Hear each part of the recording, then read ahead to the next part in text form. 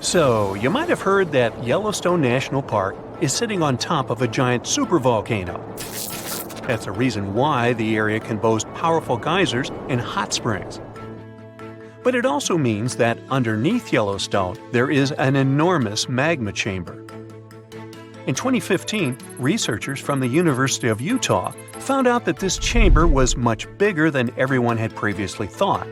They even found one more reservoir with magma under the top one. Apparently, the more spacious the chambers are, the more magma they contain. Together, the two reservoirs store a glob of magma that could easily fill the Grand Canyon not once, but 11 times. But you know the most worrying thing about the magma chambers? They tend to push against the ground above them. As a result, the land in Yellowstone rises about 1 to 2 inches a year. On top of that, Yellowstone has the status of an active volcano, and its volcanic explosivity index, yes, there is one, is 8 out of 8. Such a high number means that if this volcano erupted, it would be an apocalyptic event. To put it into perspective, the eruption of Pinatubo in the Philippines in 1991, which is considered the most powerful in living memory, was given a mere 6 on the volcanic explosivity index. Ha, loser. Now, let's figure out if there's anything to worry about. In March 2023, the University of Utah seismograph stations recorded 354 earthquakes in the entire region of Yellowstone National Park. Sounds like a lot. But keep in mind that the most impressive event of the month was a mini earthquake of magnitude 3.7. It was part of a swarm of 106 earthquakes that began on March 29th and continued until the end of the month. Yep, earthquakes apparently also come in swarms, so be aware. Experts say that Yellowstone's seismic activity is, well, kind of more active than usual, but it's really nothing serious. A geophysicist working at Yellowstone Volcano Observatory called Michael Pollan claims that the volcano won't erupt anytime soon. For this to happen, there must be enough magma ready to erupt beneath the surface. Whew. There should also be enough pressure to cause this magma to rise. But neither of these conditions exist today. According to the expert, Yellowstone is stable now. At the same time, Pollan and his team are keeping track of all kinds of underground activity, looking for warning signs of possible eruptions. Some of them can be the frequency of earthquakes and ground deformation. Thousands of mini earthquakes, coupled with extreme changes in the surface of the ground in that area, can be alarming. The team also monitors the temperature of the park's thermal features. That's another noteworthy sign of a potential disaster: park-wide changes in geyser activity, as well as gas and thermal emissions. So, despite the media claims that Yellowstone is due to erupt soon because the last eruption happened 70,000 years ago, that's not how volcanoes work. Experts say that it's one of the most popular misconceptions about volcanoes. They don't follow timelines. If a supereruption did happen, though, the most worrying thing for us would not be the lava flows, and not an earthquake that would most likely accompany the natural disaster. No, the worst consequence of such a supereruption would be ash and ashfall. Let's have a look at what it was like when the Yellowstone volcano erupted many years ago. There have been at least 3 supereruptions in the history of the volcano. The most powerful of them was 2,500 times more devastating than the terrifying eruption of Mount St. Helens in Washington state in 1980. As for the most recent supereruption, it was dubbed the Lava Creek eruption. It formed the Yellowstone caldera after spewing out an insane amount of dust, volcanic ash, and rock into the air. Recently, scientists have also learned about 2 other previously unknown supereruptions that happened around 9 and 8.7 million years ago. The younger of the 2 is now considered to be the largest recorded event of the whole Snake River Yellowstone volcanic province. Anyway, let's have a look at what was going on all those millions of years ago. Because I wasn't around then, so we're all assuming this stuff based on evidence. The first signs of the disaster appeared long before the catastrophe broke out. For thousands of years, the heat had been welling up from within the planet's insides. It had been melting rock beneath the planet's crust and leaving behind huge chambers. They were filled with a pressurized mixture of semi-solid rock, magma, water vapor, and different gases, including carbon dioxide. All this scorching underground soup was expanding since more and more magma arrived with time. The land over the volcanic system was rising upward almost unnoticeably. A year before the supereruption, Yellowstone gave a warning, a burp maybe, but that long ago there was no one who could interpret these signals. Plus, those alarming processes were mostly going on underground. For example, decompression releases gas bubbles. While bursting, such bubbles can often power particular kinds of eruptions. Months before the eruption, small-scale earthquakes became more frequent and more intense. The ground in many spots all over the supervolcano got hotter than it used to be. Surface lakes and groundwater also became warmer. If people had been around at that time, they would have noticed unusual steam fogging in that area. Not long before the eruption started, the growing pressure pushed the ground over the magma chamber up. This created a dome-shaped uplift. Narrow cracks started to open along the edges of this dome. Imagine opening a bottle of soda after you've shaken it. Something like that was happening near the volcano. Think Mentos and Diet Coke. The pressure was released through the fractures when gases were bursting out from under the surface. So right before the disaster, the ground around the Yellowstone volcano lifted. Geothermal pools and geysers heated up to boiling temperatures and got more acidic than usual. The magma started to rise toward the surface. At one point, the rock roof of the magma chamber couldn't resist anymore, and the eruption kicked off. Small but constant tremors began to move the ground days before the catastrophe. But the real shaking didn't start until several minutes before the eruption. With a deafening roar, a massive column of lava and ash hurled up into the air. Within several minutes, a pyroclastic flow rushed across the area at a hurricane-force speed. Such a flow is a liquid mixture of half-solid lava pieces, volcanic ash, and hot, expanding gases. It looked like an extremely hot, toxic snow avalanche. With a temperature of about 1,300 degrees, it was burning everything in its path. The volcano kept pumping ash for days on end. For all living creatures, ash fallout was one of the most dangerous consequences of the eruption. Volcanic ash turns into glassy cement within seconds of being inhaled. Most animals didn't have a chance to survive. Even thick trees started to collapse under the weight of this dense substance. It only took a couple of days until a thick layer of ash covered huge territories. After the ash got into the stratosphere, the temperatures all over the world started to drop. The eruption was rich in sulfur, which is an effective sunblocker. That's why it soon got so cold that there was no summer in the whole world for the next several years. Animals couldn't find food and clean water. This natural disaster, called the Gray's Landing supereruption, was colossal. That's how researchers described it in their recent studies. It affected a huge territory. The streams of lava enameled an area as large as New Jersey in scorching hot volcanic glass. It instantly sterilized the land surface, wiping out all the plant life that had been thriving there before.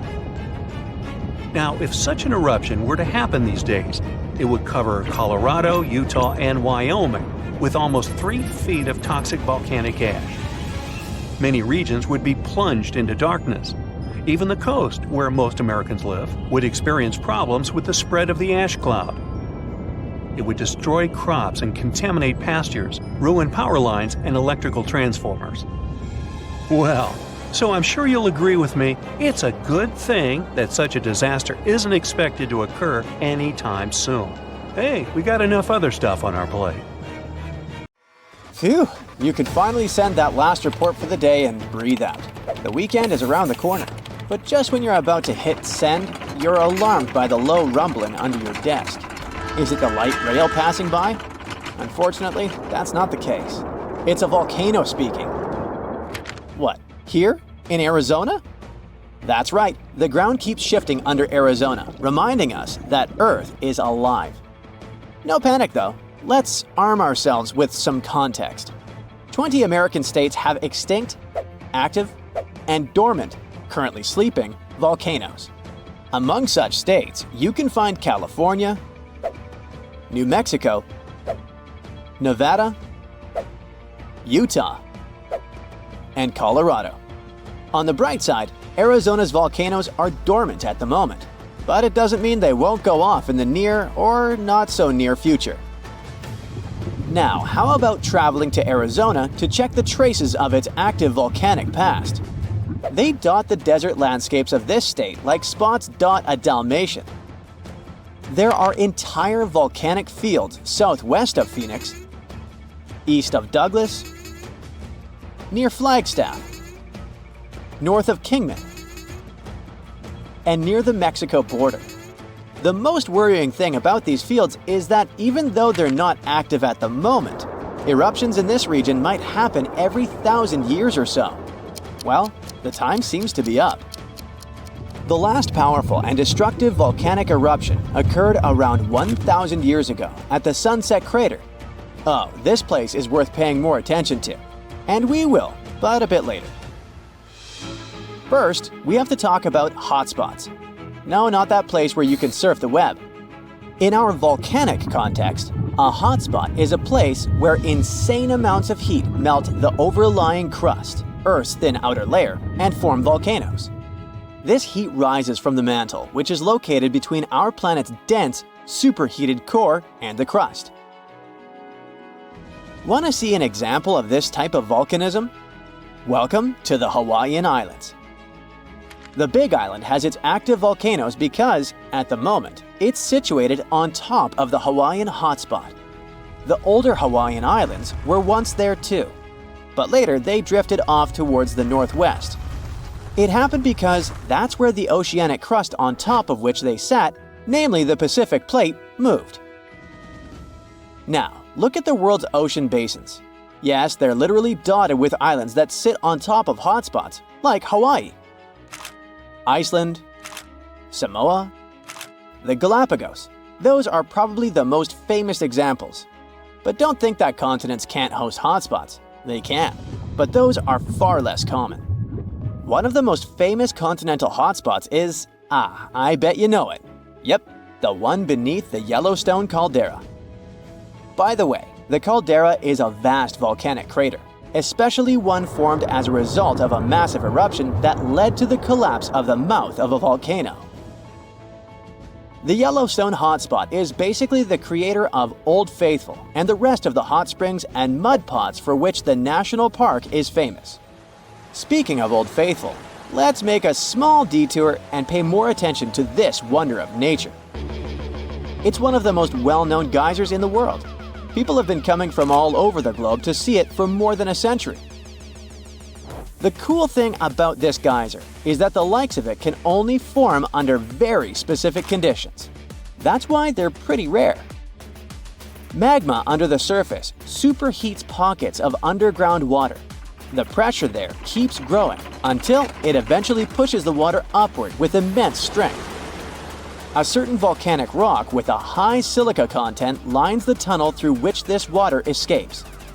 Basically, it creates a unique pipe that can withstand unbelievable pressure and heat created by the water erupting above the ground. Old Faithful was the very first named geyser in Yellowstone. If you come to visit it expecting the thing to erupt every hour on the hour, you're gonna be disappointed. On average, Old Faithful erupts every 91 minutes or so, which isn't that bad either. Plus, you can download a special app which will provide you with the approximate time of the next eruption. But be very careful while visiting and stay away from the site. The water erupting from the powerful geyser reaches 204 degrees Fahrenheit. The steam is even more scorching, up to 350 degrees Fahrenheit. It's hot enough to bake a cake. But let's get back to our volcanic hotspots. Scientists still don't clearly understand why there aren't many hotspot volcanoes on continental crust. One reason might be that the continental crust is much thicker than the oceanic crust. which is about 4 times as thick on average. Another reason could be that most of Earth's crust, about 2/3 of it, is oceanic. This means that there's less continental crust for hotspots to form under. Now, I bet those of you living in Arizona will appreciate the following info. We'll talk about a volcanic field right in the heart of this state, the San Francisco Volcanic Field. That's a massive area filled with over 600 volcanoes. Yes, they're mostly small, but it doesn't make them any less impressive. They're scattered across 1,800 square miles in northern Arizona, a giant territory. Interestingly, scientists are still debating about whether this volcanic field is actually sitting on top of a hotspot. But one thing they agree upon, the volcanoes in this area get younger as you move east. And this pattern matches up with the North American plate moving west over what could be a stationary hotspot beneath the surface of our planet. Cool, huh? The volcanic hullabaloo in that area started around 6 million years ago. So, in geological terms, it's relatively young. As for the most recent eruption, it happened less than 1,000 years ago. The Sunset Crater, which I mentioned before, the one near Flagstaff, is the most famous vent from that eruption. The Sinagua people had to leave their homes at Wupatki Pueblo because of the eruption. That site is now part of the Wupatki National Monument. There, you can see how people lived in this volcanic region many years ago. If you go to explore this area, you'll notice that most of the volcanoes there are basalt cinder cones, small and steep. The Colorado Plateau has quite dry weather conditions. That's why the volcanoes haven't worn down much. Some of the best examples of those cones, like this one, called the SP crater, still look like they appeared yesterday. But look around. It's not just cinder cones.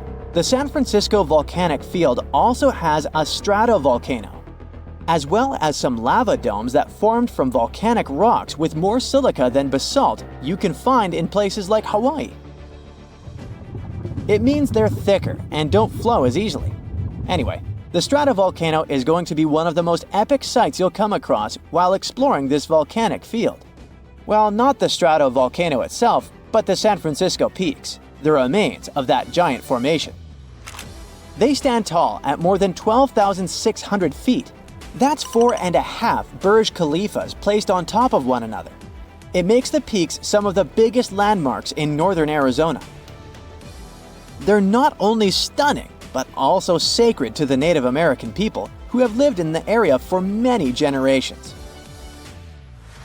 Now, unlike those super active volcanoes in Hawaii, the San Francisco Volcanic Field takes its time, thousands of years between eruptions.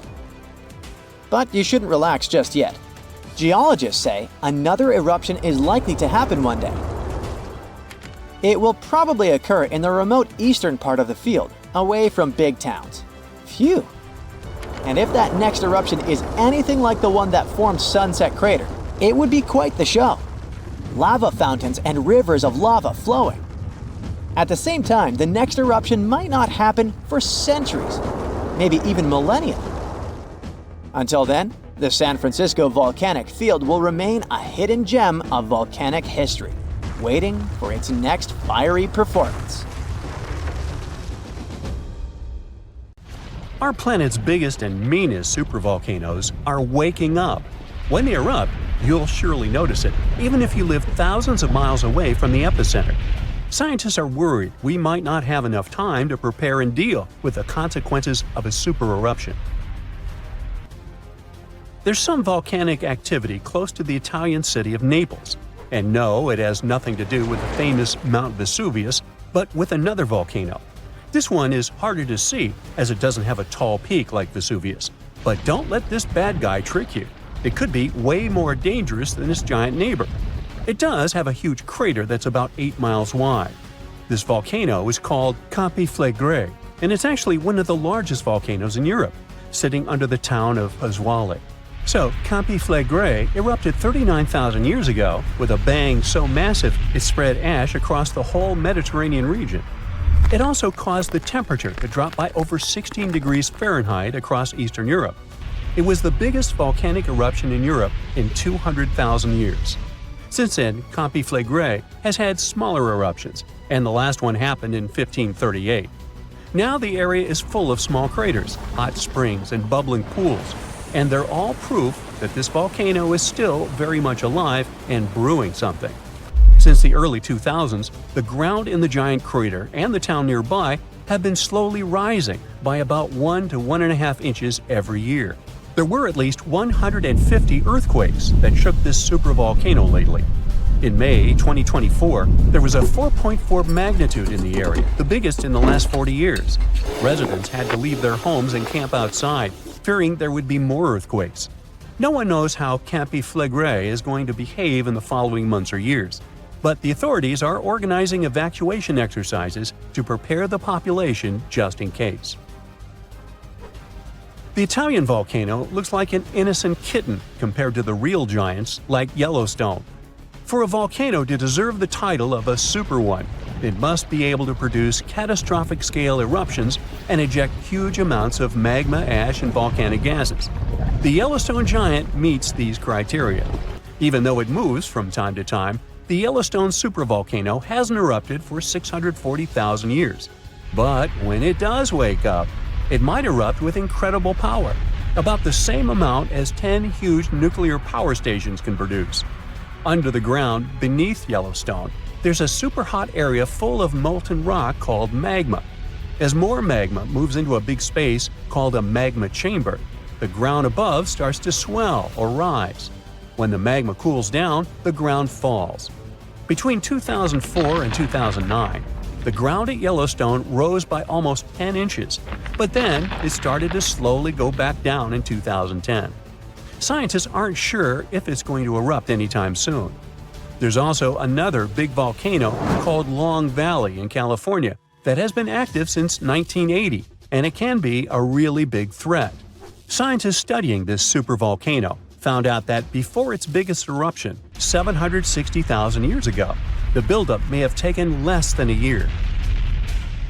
Now, that's bad news, because a supervolcano eruption can have a huge effect on the world, like the eruption of the Toba volcano in Sumatra around 74,000 years ago.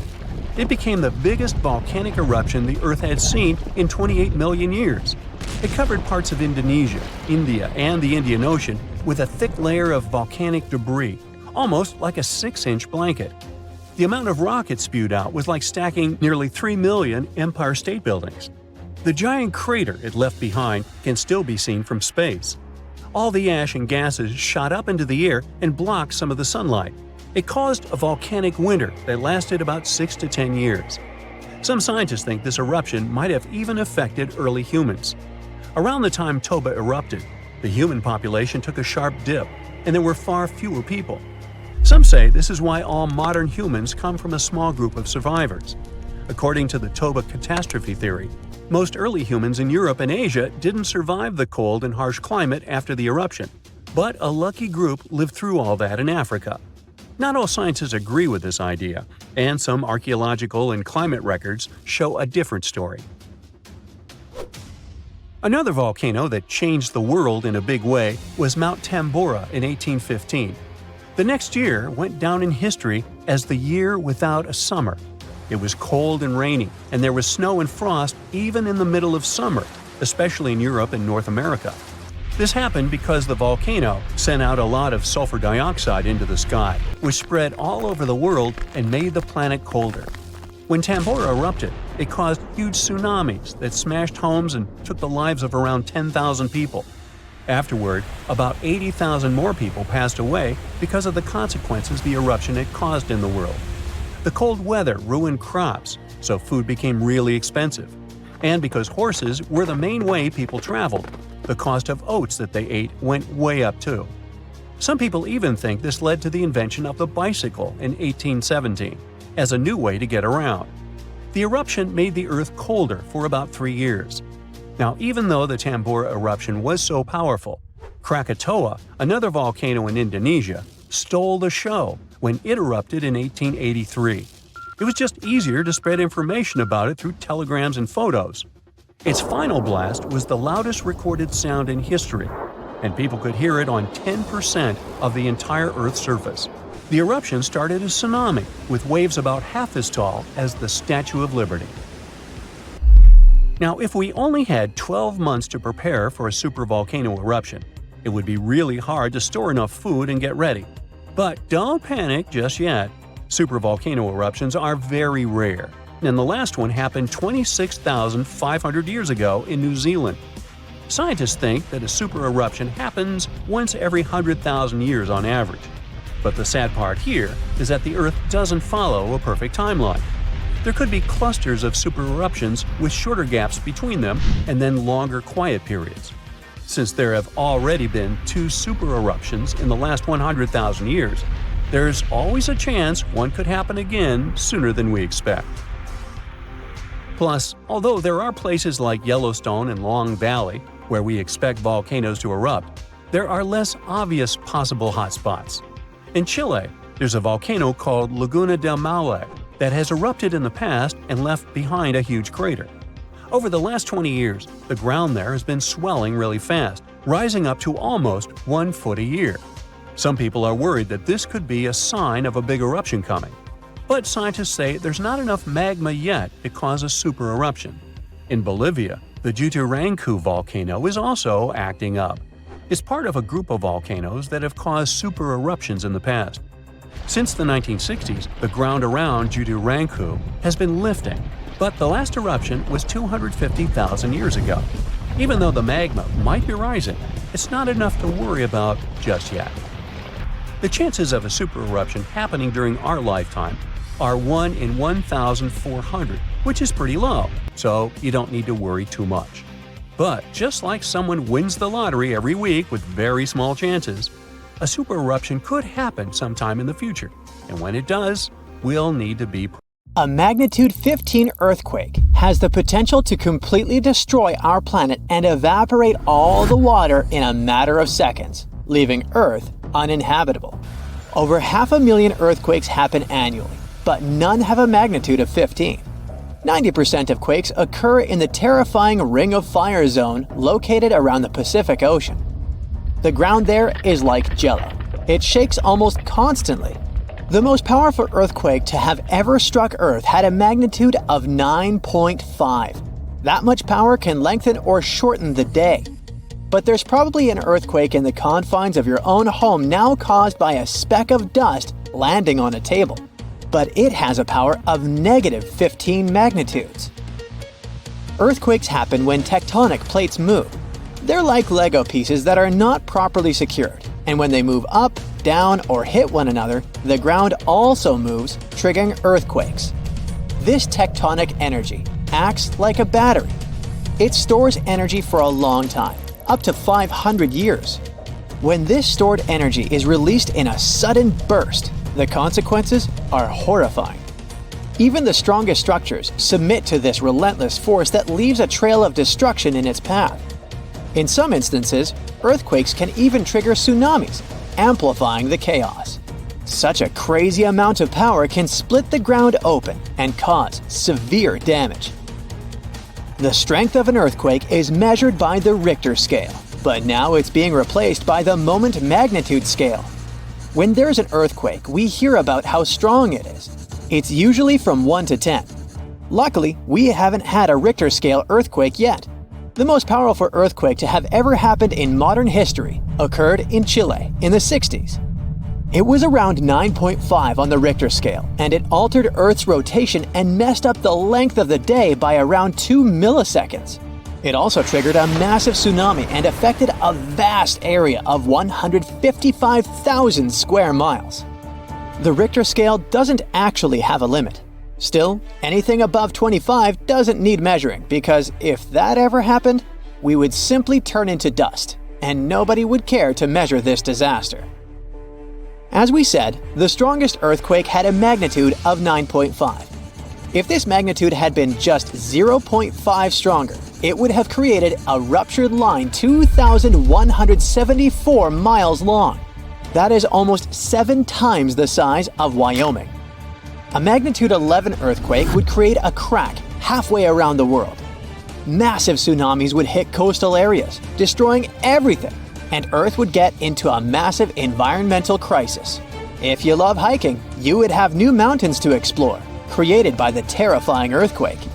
Even the temperature would increase because of volcanic eruptions and the resulting greenhouse gases. It would turn our planet into a hot oven.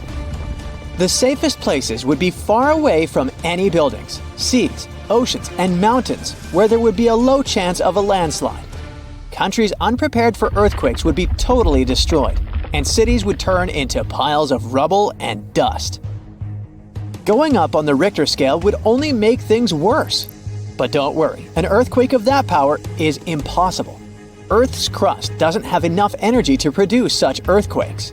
But there is something that has much more power and can produce mega earthquakes. Asteroids are powerful enough to destroy our planet, as we all know from the dinosaur era. That asteroid was around 6 miles long and it caused massive damage to the planet. It triggered earthquakes that shook the ground constantly for months. These terrifying quakes were about 50,000 times stronger than the Chile earthquake. They also triggered a tsunami that was 30,000 times more powerful than the Indian Ocean tsunami. And the latter was one of the most devastating tsunamis to have ever struck Earth.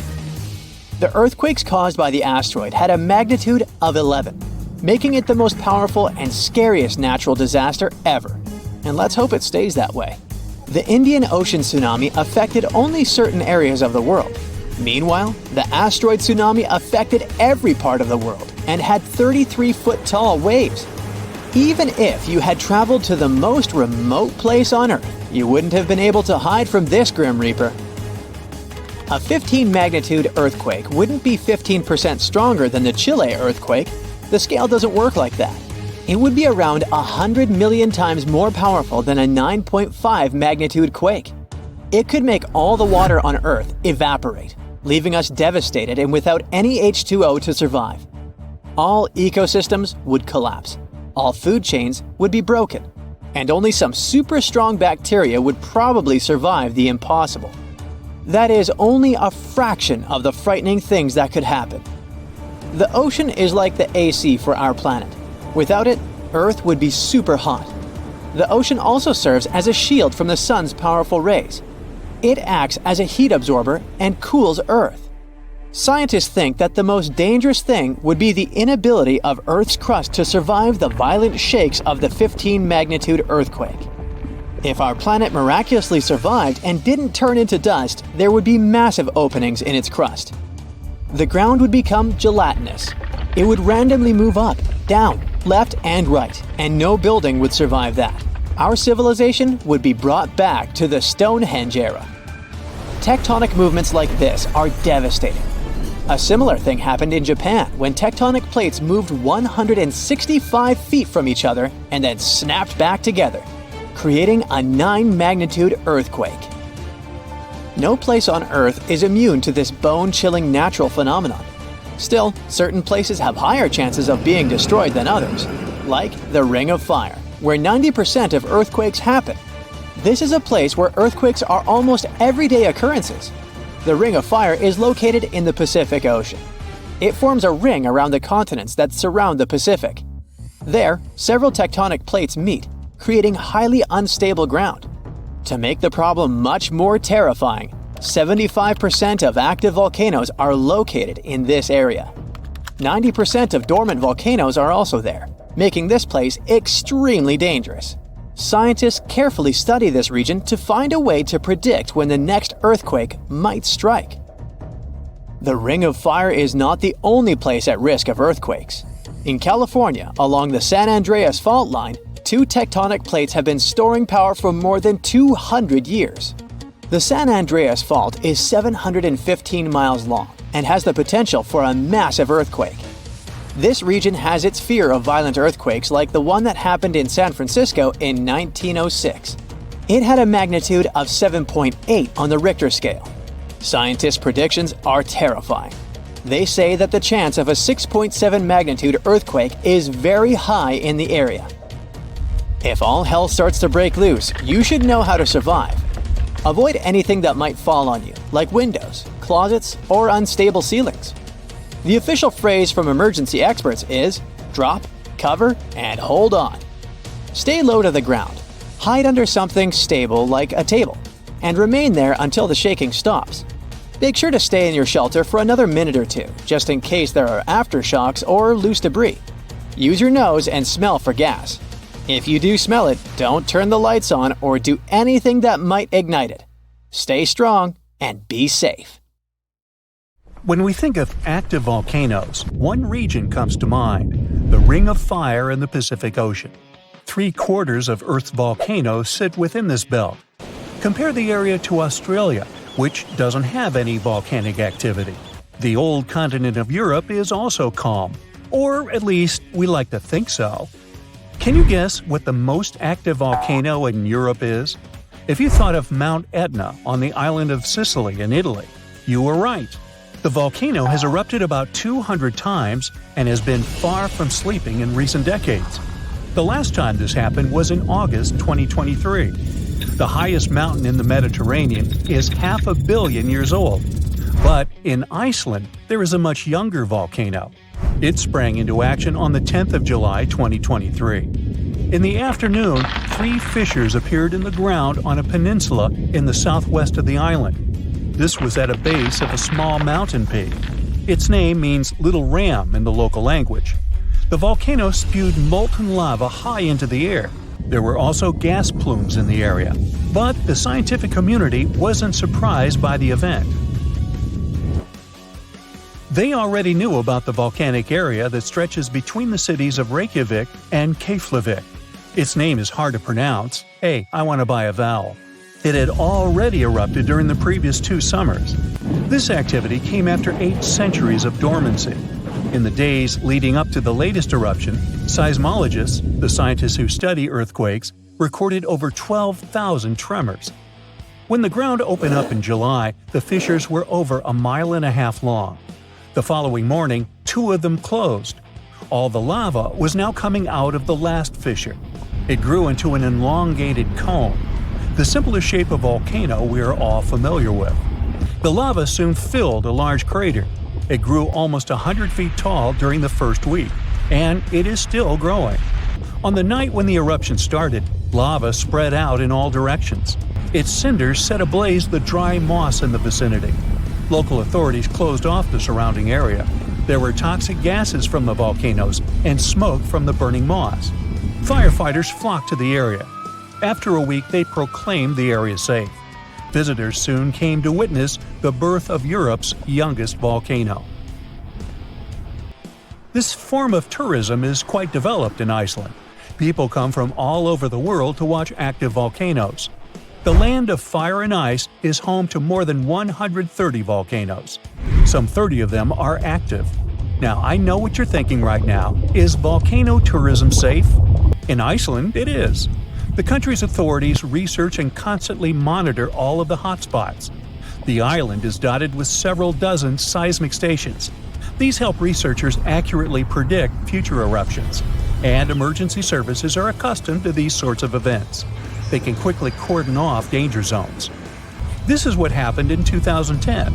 A volcano in the south of the island, the name of which everyone struggled to pronounce, erupted. It spewed out a plume of steam and ash that was 7 miles high. This wasn't a fun time to be an air traveler. Winds carried the enormous plume southeast toward northern Europe. Many countries closed their airspace for several days for safety reasons. The volcano erupted in March, but the Earth was shaking from January the same year, so seismologists knew that an eruption was approaching. When it comes to the continent's youngest volcano, the tourist infrastructure is already there. Visitors can leave their cars at a designated parking lot. Then they go on a 5-hour-long trek. This leads to a viewing deck. Tourists are so close to the epicenter that they can feel the heat haze from the crater. The sight is the most impressive at nighttime. Safety is never a concern. Scientists regularly chart out hazard maps that outline the borders of lava fields. This way, visitors who stick by the rules are never in harm's way. More than a week after the eruption started, a section of the crater collapsed. Lava flowed downhill west of the volcano. This majestic, smoldering hot river is slow-moving lava. Scientists categorize it as an AA type. The term is Hawaiian. It describes basaltic lava that has a rough and brittle surface. The flow is composed of broken lava blocks that are called clinkers. They fall off as the substance flows. This reveals red-hot areas. The cooler sections of lava are gray and black in color. When it moves forward, it produces a distinctive sound like shattering glass. Nearly a month after the eruption of the new volcano, we got aerial footage of an interesting phenomenon. A tornado formed directly over the lava flow. This occurs due to the high temperatures in the area. When the conditions are right, a column of heated air can easily turn into a mini tornado. Scientists observed a similar event happen during the 2018 eruption of Mount Kilauea in Hawaii. The lava fields of Europe's second-largest island tell the story of the creation of Iceland. It sits above the place where the North American and Eurasian plates meet each other. Tectonic plates are huge, rocky chunks of Earth's most outer layer. There are roughly 20 of them. They rest on a partially molten layer of rock. All the lava we see on the surface starts its journey here. You could say that these plates float on molten rock. Their boundaries are unstable, so when two plates grind past each other, they release tremendous amounts of energy. The formation of volcanoes is one result. These are places where the molten rock travels upward to the surface. Iceland began to form some 60 million years ago. The tectonic plates under the ocean drifted apart. Enough lava piled up on the surface to create solid ground. This ancient rock is under the waves today. As new lava reaches the surface and cools down, it pushes the old rock away from the center of the island. That's why the oldest parts of Iceland aren't 60, but only 16 million years old. The country's active lava fields are young in geological terms. Some of them are under 1,000 years old. Scientists consider the island a hot spot for volcanoes, pun intended. Nearly a third of the basaltic lava that reaches the Earth's surface in recorded history came from Icelandic eruptions. Fissure swarms, like the ones before the 2023 eruption, cover 30% of the Nordic country. For this reason, only a quarter of the island is inhabited. Norse Vikings were the first people to settle in Iceland at the beginning of the 10th century. Nature threw them a loud welcoming party. Just a few years after their arrival, they witnessed one of the greatest volcanic eruptions in history. Vikings came from a region without volcanoes, so they had no clue as to what was going on. Today, Icelanders are used to such events.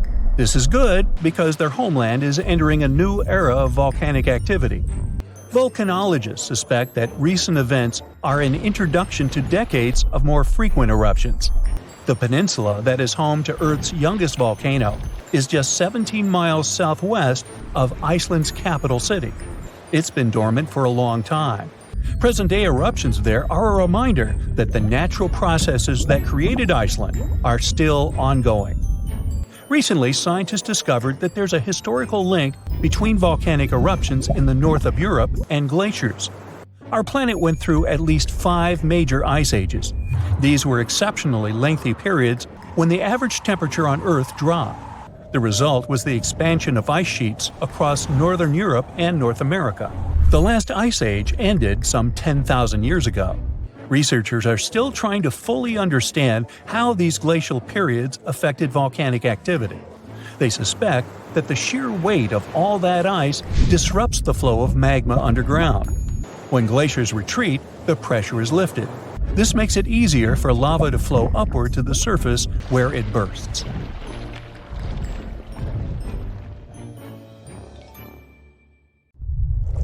In 2018, the most powerful underwater earthquake occurred between East Africa and Madagascar. There was a deep rift between the Earth's crust and the mantle. Hundreds of thousands of tons of magma came out on the surface of the ocean floor. After that, a huge underwater volcano with a height of 2,700 feet was formed near the coast of Madagascar. This is almost twice the height of the Empire State Building, and all this is hidden under the water. French scientists studied this place since it had regular seismic activity.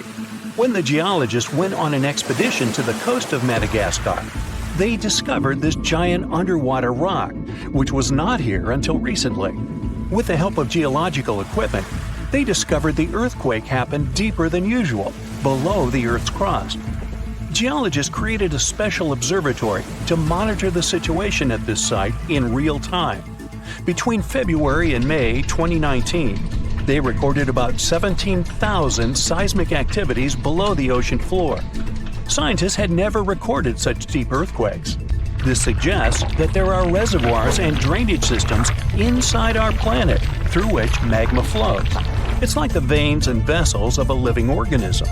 The volume of lava the volcano spews at this place can be compared with the volcanic eruptions in the hottest spots of Earth. Perhaps this is one of the most catastrophic, but at the same time, beautiful events in nature over the past few years. To understand what can be beautiful about this, let's first figure out what an underwater volcano is and how it works. Inside our planet, there are incandescent liquid metals and molten rocks containing almost all the chemical elements from the periodic table. All this hot substance is called magma, which constantly flows in the planet's bowels. Anyway, magma is lighter than the surrounding Earth's crust, so it always tries to break out upwards. Fortunately, the surface of our planet is strong enough and doesn't allow magma to splash out.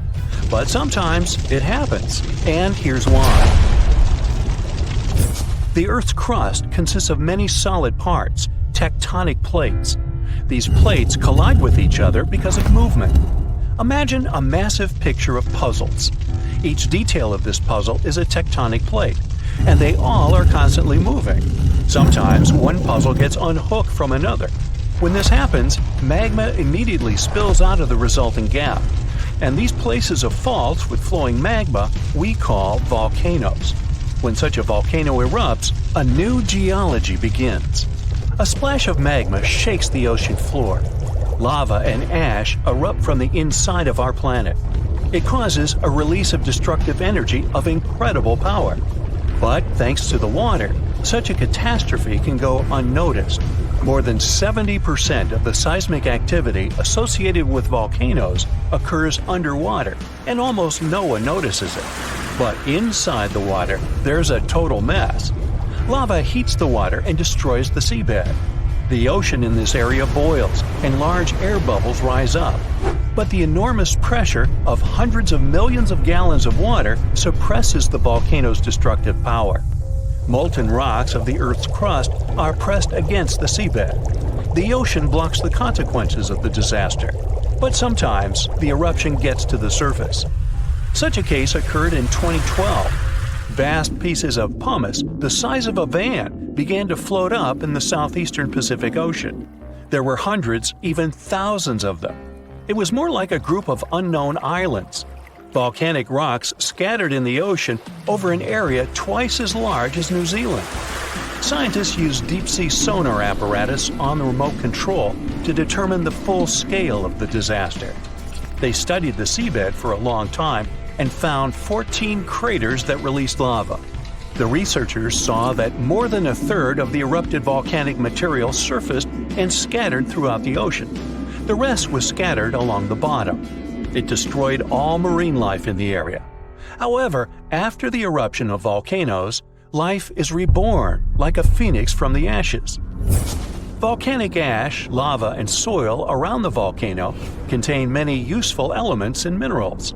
They nourish the soil and promote the development of microorganisms not only on land but also in water. That's why there's so much vegetation, flowers, and trees around volcanoes. And underwater volcanoes can eventually form natural islands. This is a long process, resulting from which a large piece of land comes out of the water. When magma goes out, the water immediately presses it to the seabed. The eruption can go on for a long time. The released magma raises the level of the seabed. After another 100, maybe 1,000 years, a new eruption begins. New magma flows lay a new layer on the surface of the previous one.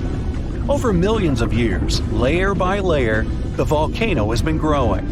It's slowly rising up because of constant eruptions. Some volcanoes may go out forever, and some continue to erupt. And then, one day, the level of volcanic rock reaches the surface in the form of a huge island. After many more years, the volcano may go out, and then life appears on the formed island. The destroyed seabed area is filled with animals, trees, flowers, and plants. These volcanic islands have unique ecosystems because they develop separately from all continents. Observing such islands helps scientists understand how life on Earth was born. There are hundreds of islands around the world that have appeared because of eruptions of underwater volcanoes. You can find them in Hawaii, Indonesia, and Iceland. Many of them are inhabited by people. They build villages and small towns there. The ground on such islands is fertile. Fruits and vegetables grow there. The water is filled with fish. Such places may seem like paradise, but at the same time, it's dangerous to live there because the volcano may wake up. One of the most famous eruptions occurred on the island of Oashima, south of Tokyo. People built a beautiful city right in the crater of an active volcano, and in May 1785, the eruption began. No one expected this to happen. At some point, thousands of birds rose and flew away from the island, and then the ground began to shake. A heavy, low sound came from beneath the underground depths. Thick smoke escaped from the top of the green volcano. The mountain threw dirt, large rocks, and red-hot pieces of magma into the sky. The disaster lasted several weeks. People managed to evacuate, and then there was a long recovery. Locals rebuilt the houses and brought the city back. Almost 250 years have passed since that moment, and during this time, the volcano has never woken up. Despite the risk of a new eruption, people continue to live there. The population is growing since this place resembles paradise, and no one wants to leave it. There are thermal springs, dense jungles with rich soil, and many fish. Meteorological and seismological services constantly monitor the volcano's activity. Movements and fractures of tectonic plates create another natural disaster: destructive tsunamis. Unlike volcanoes, huge waves are formed when seismic activity causes the crust to move vertically, up or down. When this happens, water pressure shifts on the ocean floor, which releases energy. This energy pushes the water and creates a tsunami. By the same principle, you form a small wave when you throw a stone into the water. First, a small tsunami appears. Then it picks up speed and increases in size. Its height can reach the level of a 5-story building. It's heading for the coast and accelerating to 500 miles per hour. This is almost twice as fast as a Formula One race car. Millions of gallons of water, weighing thousands of tons, are getting closer. And now the wave reaches the shore and demolishes everything in its path. Houses, trees, cars, nothing can withstand the destructive force of nature. Such tsunamis are a frequent occurrence on the coast of Japan. People have built massive shields near the land to stop the waves before they hit the shore. Still, in spite of all preparedness, somehow, nature always prevails.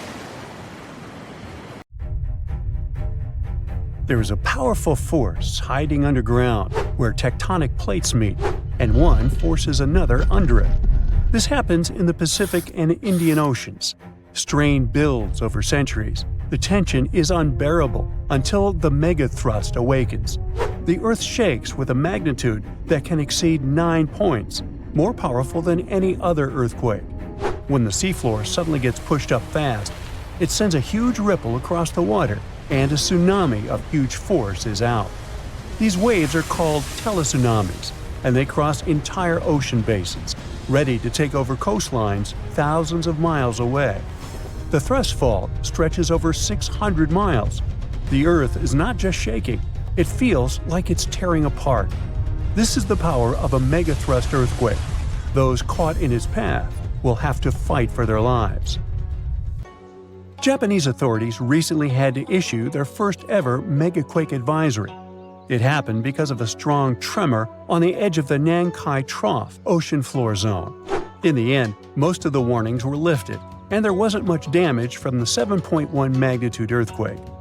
Parts of southwestern Japan started to shake, and the superfast trains in Japan slowed down to stay safe, which made travel slower for everyone. But everyone is staying alert as they know about the risk of a megathrust earthquake that could happen within the next few decades in the Nankai Trough. The tectonic plate under the Philippine Sea is slowly sliding underneath the land where Japan is, moving just a few inches every year.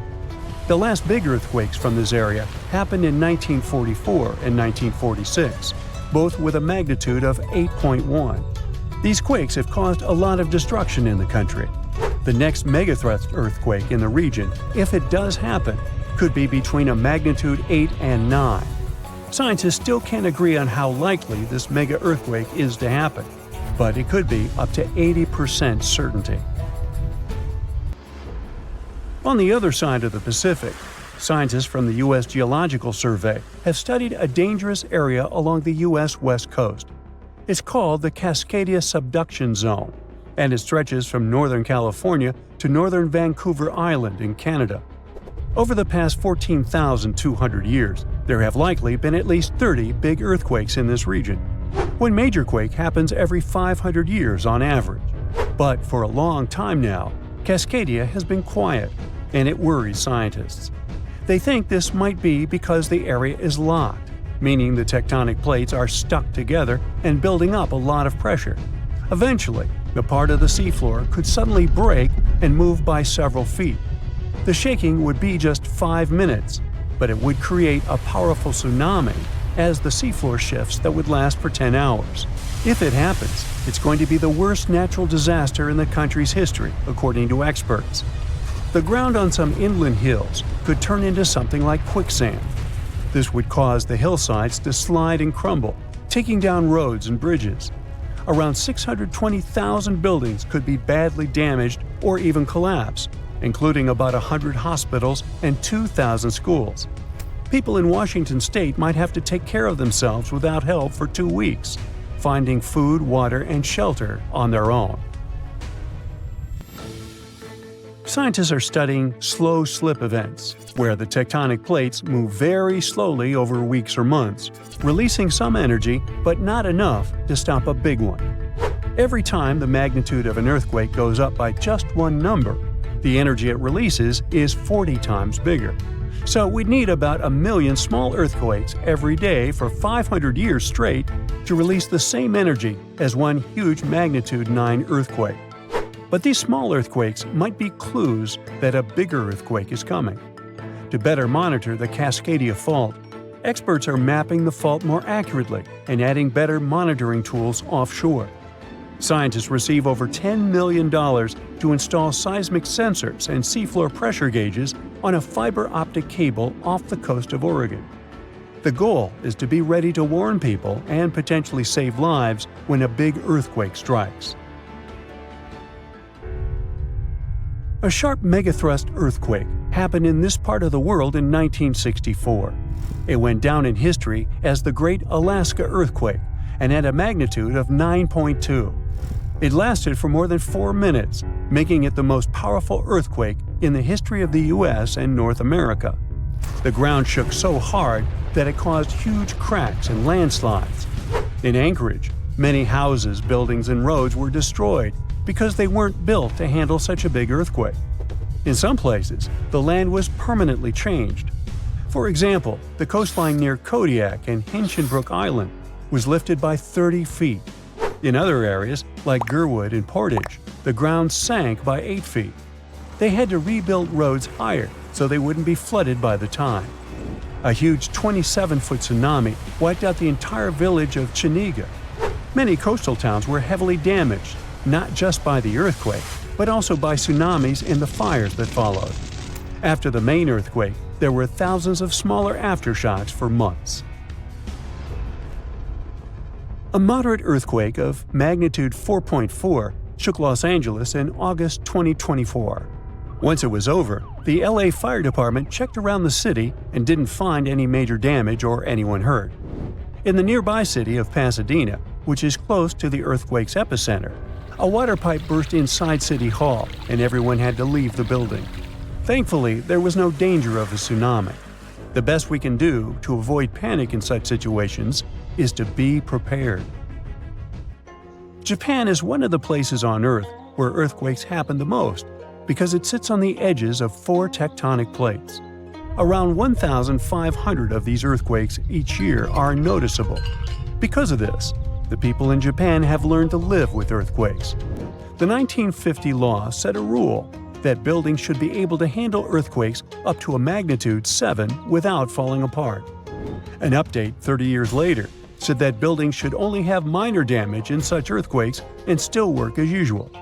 But if an earthquake is even stronger, the law says the building's main job is to not collapse and save people's lives. At the most basic level, buildings are made stronger with thicker beams, pillars, and walls so they can handle shaking better. Another technique is placing special pads made from materials like rubber at the base of a building. Some buildings are even built on thick layers of padding that separate them from the ground completely, which helps protect them during an earthquake. A skyscraper might sway back and forth a lot, moving up to 5 feet. To stop it from getting damaged, engineers can add something called dampers every second floor all the way to the top. These dampers are like giant bicycle pumps, but instead of air, they're filled with liquid. When the building shakes, the dampers push against the liquid inside them. Even though the liquid doesn't squish very much, it can still absorb some of the shaking. When they're building tall skyscrapers, engineers try to make the structure as simple and balanced as possible. This means having each floor the same height and placing the support columns evenly.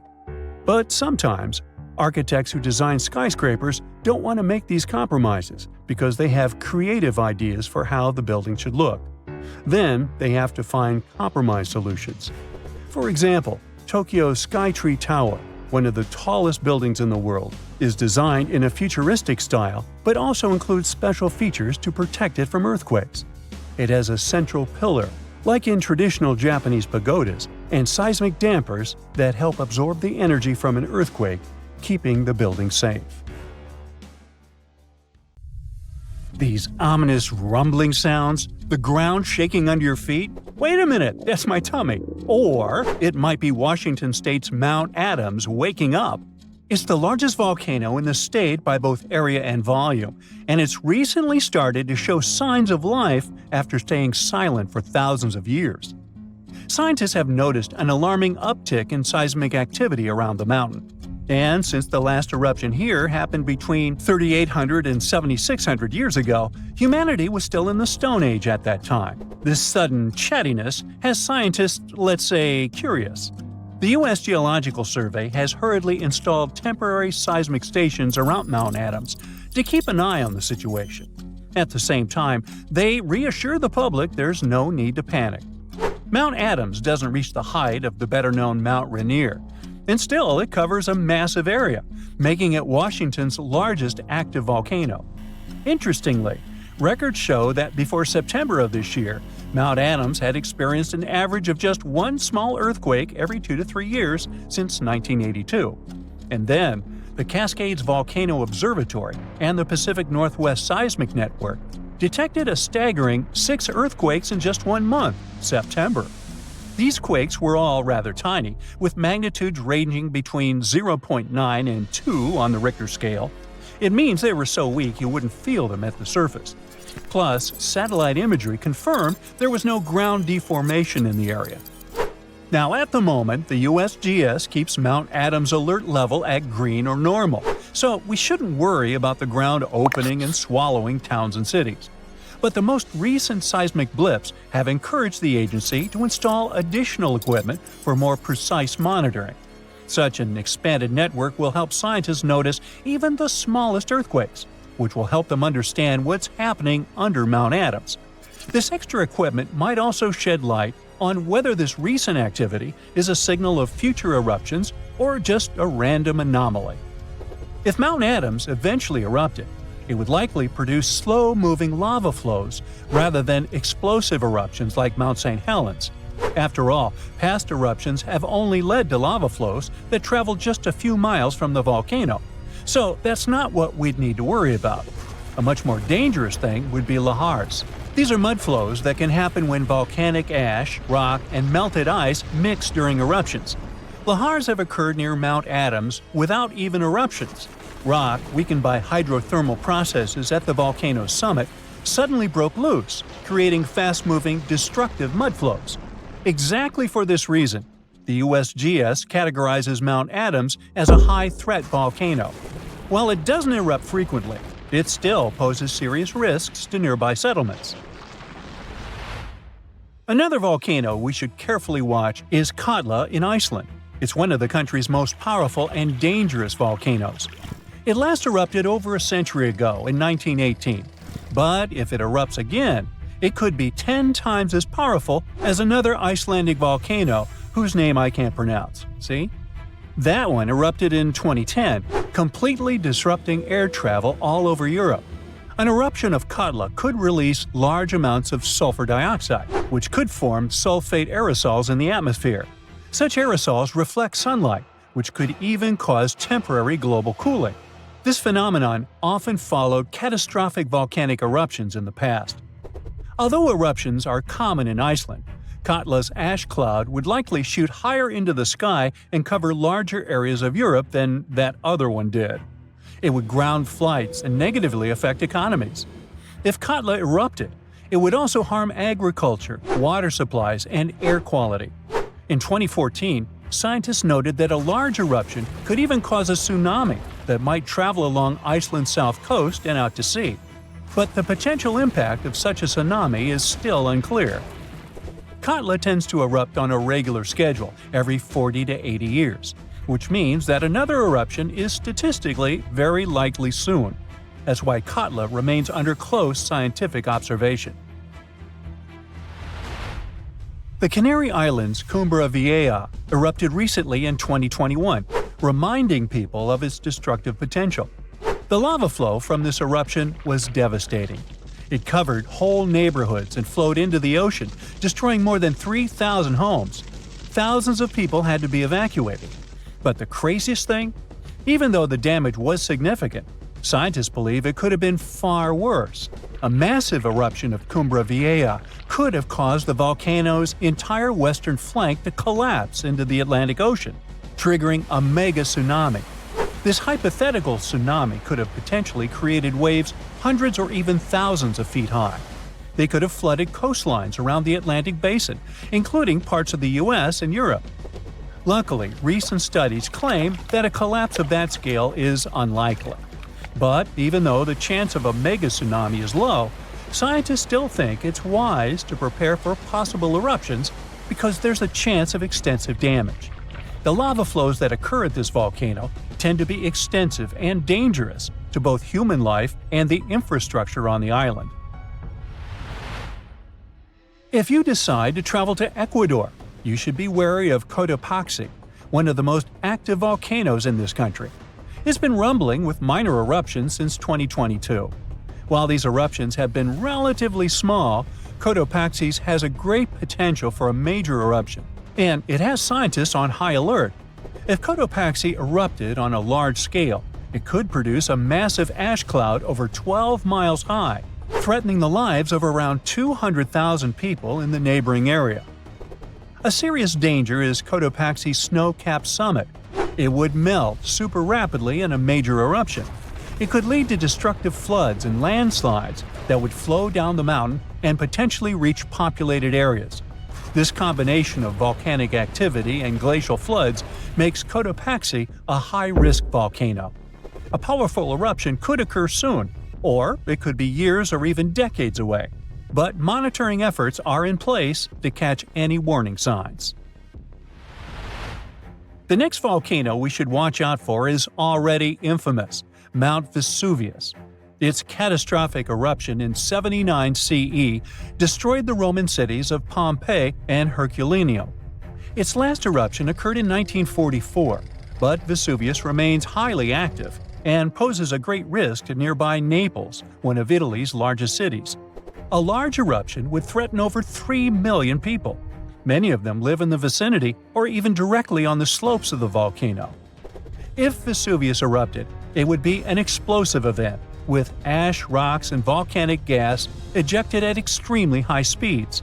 And even though such a destructive event isn't expected for a few hundred years, Vesuvius remains one of the world's most closely watched volcanoes.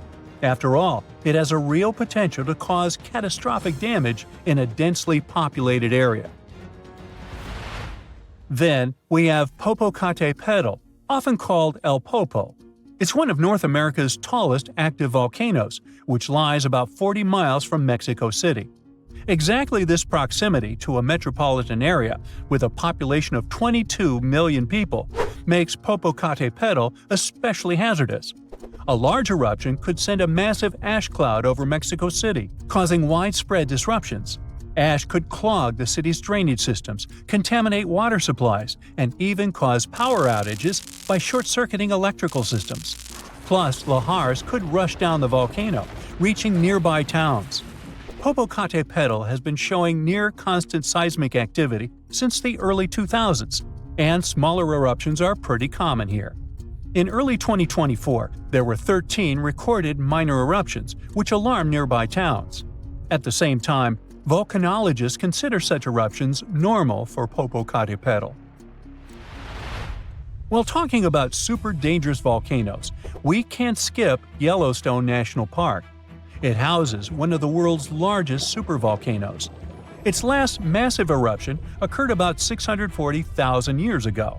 But if this monster were to erupt today, the impact would be much more devastating for the entire planet. States closest to Yellowstone, including Montana, Idaho, and Wyoming, would be most affected, likely experiencing disastrous pyroclastic flows. These flows, which are made of a dangerous mix of lava, ash, and gases, can obliterate everything in their path. Large parts of the country would also be blanketed in volcanic ash, over 3 feet in some areas. On a global scale, an eruption at Yellowstone would send tons of ash and gases into the stratosphere, potentially blocking sunlight and causing global temperatures to drop for a few years. This would disrupt agriculture, collapse transportation systems, and create food shortages on a massive scale. Still, even though there's a popular myth that Yellowstone is overdue for an eruption, geologists clarify that this isn't true. Volcanoes don't follow precise timetables, and the activity at Yellowstone doesn't indicate an imminent eruption. So yeah, that's good news. An earthquake in Indonesia began in 1829 and lasted a mighty 32 years. It reached its climax in 1861 and hit a magnitude of around 8.5. It was caused by the tectonic plates below the island slowly clashing against each other. Researchers discovered that the quake had been building for some time after analyzing the coral in the area. They found it was being periodically exposed to the open air. That was caused by the gradual earthquake moving the land up and down. Scientists call these decades-long silent earthquakes slow slip events. A single lightning bolt can warm the air to around 54,000 degrees Fahrenheit. The heat makes the air expand quickly, creating a shock wave or boom, which we know to be thunder. There are close to 3 trillion trees on Earth. That translates to roughly around 422 trees for every person. Before humans, the number was nearer to 6 trillion. Almost 70% of the Earth's surface is covered by water, which on average is around 2.5 miles deep. 97% of Earth's volcanoes lie underwater, as well as the mid-ocean ridge, a massive mountain range that is over 40,000 miles long. Humans have mined around 190,000 tons of gold from the planet. Experts predict there is around 20% still left to be mined, but this figure is constantly changing. The world's largest active volcano is in Hawaii. Called Mauna Loa, it's over 2.5 miles above sea level. Given that most of it is underwater, the volcano's summit is a staggering 11 miles from its base. That's the same length as over 160 football fields. The highest ever recorded temperature on Earth was a sweltering 136 degrees Fahrenheit. It was recorded in El Azizia, or modern-day Libya, on September 13, 1922. The lowest temperature was a chilling minus 129 degrees Fahrenheit recorded at Russia's Vostok station in 1983. Earth is the fifth largest planet in the solar system, behind Jupiter, Saturn, Uranus, and Neptune.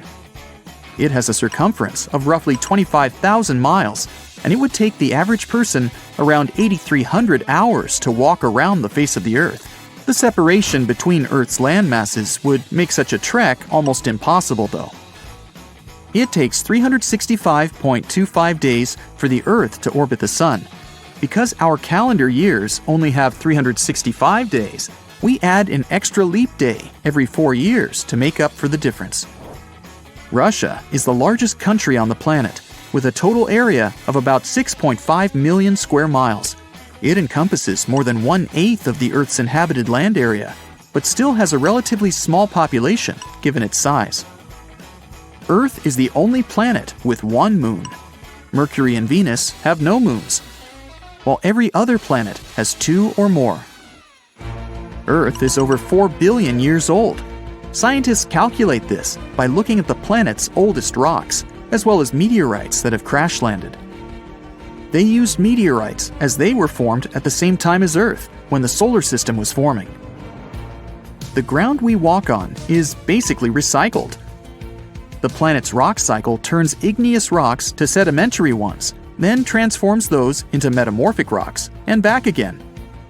Like Earth, our moon also experiences earthquakes. They're less common and intense than the ones we have, and are caused by tidal stresses. A tidal stress is basically the relationship between the gravitational pull of the moon on the Earth and that of the Earth on the moon. Despite being the fifth largest continent, Antarctica holds 70% of the planet's fresh water and about 90% of its ice. Bangkok is the most visited city in the world, boasting 23 million visitors in 2019 alone. Paris, London, Dubai, and Singapore make up the other cities in the top 5. The lowest layer of Earth's atmosphere is called the troposphere and is the reason we have weather. Sunlight heats the planet's surface, which causes warm air to rise up to the troposphere.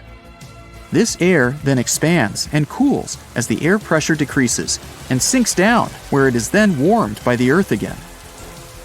Coral reefs are the largest living structures on the planet, with some even being visible from space. Coral reefs hold the most species per area of any of Earth's ecosystems, even more than rainforests. Earth got its name around 1,000 years ago, and it comes from the German word meaning the ground, but there's no evidence to show who actually named it. Of all the planets, Earth is also the only one which is not named after a Greek or Roman deity. The deepest point of the ocean is the Mariana Trench. It's a whopping 7 miles below sea level. Coastlines cover about 20% of U.S. land, but are home to more than 50% of the U.S. population. The Earth isn't actually a sphere. It's more like a squished ball that bulges at the equator.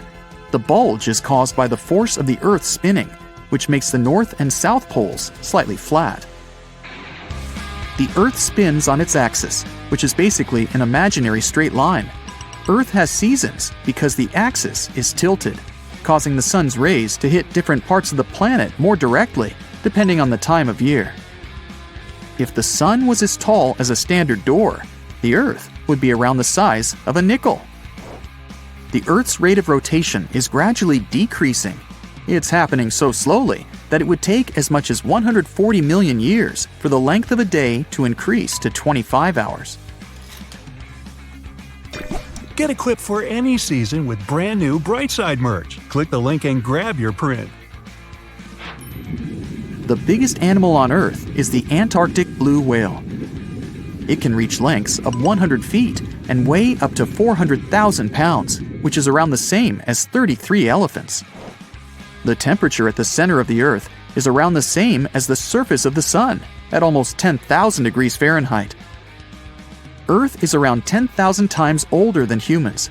Earth is around 4.5 billion years old, whereas humans have been around for, at most, 450,000 years.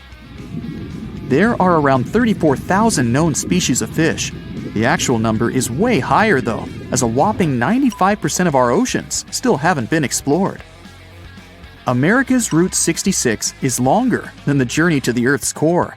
The distance to the core is roughly 2,000 miles. Route 66 is almost 2,500 miles. The Earth is made up of three main components: the crust, the mantle, and the core, which is divided into the outer core and the inner core. Scientists have estimated that there are around 8.7 million species on the planet.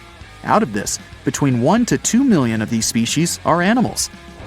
But roughly 86% of land species and 91% of fish have yet to be discovered by humans.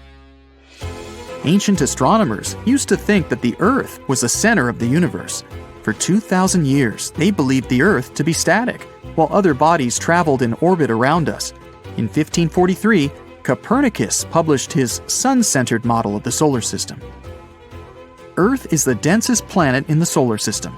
The density varies across its different crusts, but the planet's average density is just over 3 ounces per cubic inch. Mount Everest is the highest point on the planet. Its peak is the highest altitude above sea level at around 5.5 miles. Each year, 1 septillion crystals of snow fall on Earth. That's a trillion snowflakes. Snow covers about 31% of Earth's land area each year. Of Earth's water, only around 3% is fresh water. The other 97% is salted. Of that 3%, about 2% is frozen in ice and glaciers. So, less than 1% of the planet's fresh water is actually in lakes, rivers, and underground. The world's largest inland body of water, or lake to us normal people, is the Caspian Sea. It has an area of 140,000 miles squared. The world's deepest lake is Lake Baikal in Russia and is 5,300 feet deep. Earth's atmosphere is roughly 78% nitrogen and 21% oxygen, with small amounts of water vapor, carbon dioxide, and other gases. No other planet is believed to have this much oxygen, which explains why Earth is the only planet where life has been discovered so far. Apart from the Moon, there are 2 asteroids in co-orbital orbits with Earth, sometimes called Earth's second moon. 3753 Cruithne is an asteroid that looks like it's following the Earth in orbit, but it's actually following its own path around the Sun. 2002 AA29 is another asteroid which makes a horseshoe orbit around the Earth that draws it close to the planet every 95 years. So, since 2000, the world has been hit with more than 1,700 earthquakes with magnitude greater than 5. Many happened around the Ring of Fire, located around the Pacific Ocean. In North America, the biggest threat is the San Andreas Fault Line, which can create an earthquake of a magnitude higher than any other, earning it the spine-tingling nickname, the Big One. The potential destruction of California is a terrifying prospect that could have unimaginable consequences. But the Big One is just the beginning of what's to come. Bad news! Scientists have predicted an earth-shattering event that will occur in 2030. Like it or not, there's a 70% chance that we'll experience the Big One, and it will be an earthquake with a magnitude of 6.7. The San Andreas Fault Line will cause the Big One, but what is scary is that we can't predict it. On the other hand, a massive earthquake occurs every 100 years. This means there's always time to prepare for a natural disaster. If we traveled back in time, we'd see a few significant earthquakes like the ones that wiped out San Francisco and Fort Tejon. Buildings made a long time ago are not quake-proof. They will collapse. Even if they survive, you should not enter them. But buildings are not the most dangerous part. You should watch out for electrical lines and gas pipes. Your hill house might be lovely, but it is extremely unsafe. During quakes, the hill can turn into a massive landslide that will destroy everything in its path. Say goodbye to road trips because all the roads will be ruined. You should have some spare water and food since you won't be able to go to the supermarket. This disaster won't be cheap. It will cost the U.S. around $200 billion to recover from the quake. At least the earthquake will not trigger tsunamis, but there's something that can cause more damage than the big one. The notorious Cascadia subduction zones start in California and ends up all the way in Vancouver, Canada. The San Andreas Fault Line is nothing compared to this zone. It can wipe the whole coast off the face of the Earth, An example of hyperbole. Subduction zones are tectonic plates forced to be one under the other and constantly pulling apart. One is called the North American Plate, and the other is the Juan de Fuca Plate. Zones like these are not to be messed with, since they are terrifying hotspots for earthquake activity and extremely dangerous because they cause massive underwater quakes. But they are underwater, so what can they do to us? Well, they can cause giant tsunamis, flooding cities, and destroying the coastline. Right now, the most active zone is the Ring of Fire. The Cascadia zone might be less active, but it is like a sleeping beast that can wake up and destroy everything in its path, causing a groundbreaking earthquake. The last time all this stress was released was in the year 1700. Unlike the San Andreas quake, this one will cause massive tsunamis and much bigger shocks. Let's hope you'll be camping in an open field at that time, because most buildings and bridges will likely be destroyed. Also, be ready for the aftershocks, as they'll be devastating. Nature won't be spared either. Landslides will change animals' habitats. Even our homes will be changed forever. Luckily, there is a light at the end of the tunnel, and scientists are doing everything they can to ensure our safety. New rules are implemented. Every new building must be able to withstand massive shocks. They're developing modern warning systems, and every new infrastructure must follow strict quake-proof guidelines. The Juan de Fuca and the North American plates are locked together, but they won't stay like that forever. When they unlock, get ready for a massive shake. The closer you are to the epicenter, the more damage you'll experience. But even if you are lucky to be far away, you may still feel the ground shaking for some time. Now, if we compare the Cascadia subduction zone and the San Andreas Fault, we'll see how much more dangerous the Cascadia zone is. In 1994, there was an enormous 6.7 magnitude earthquake in the Northridge area, close to the San Andreas Fault. Sadly, many people didn't make it, and some were injured. Back then, buildings were not strong and earthquake-proof, and many of them were damaged. The Cascadia subduction zone can potentially cause a magnitude 9 earthquake. A magnitude 6 quake has the power of around 44 million pounds of dynamite, but a magnitude 9 has the power of 44 trillion pounds of dynamite. The strongest ever recorded quake was in Chile. Its magnitude measured 9.5, and it destroyed most everything. So let's say you've survived the quake, but the struggle is far from over. Soon after, a massive tsunami will strike, with waves that might reach up to 100 feet in some areas. That's so unlike the San Andreas earthquake, which can't produce any significant waves. So say goodbye to your beautiful garden, since salt water will destroy trees and plants, changing the environment for a period of time. The only positive thing will be you won't need Halloween decorations, because all those dried-out trees will resemble a ghost forest.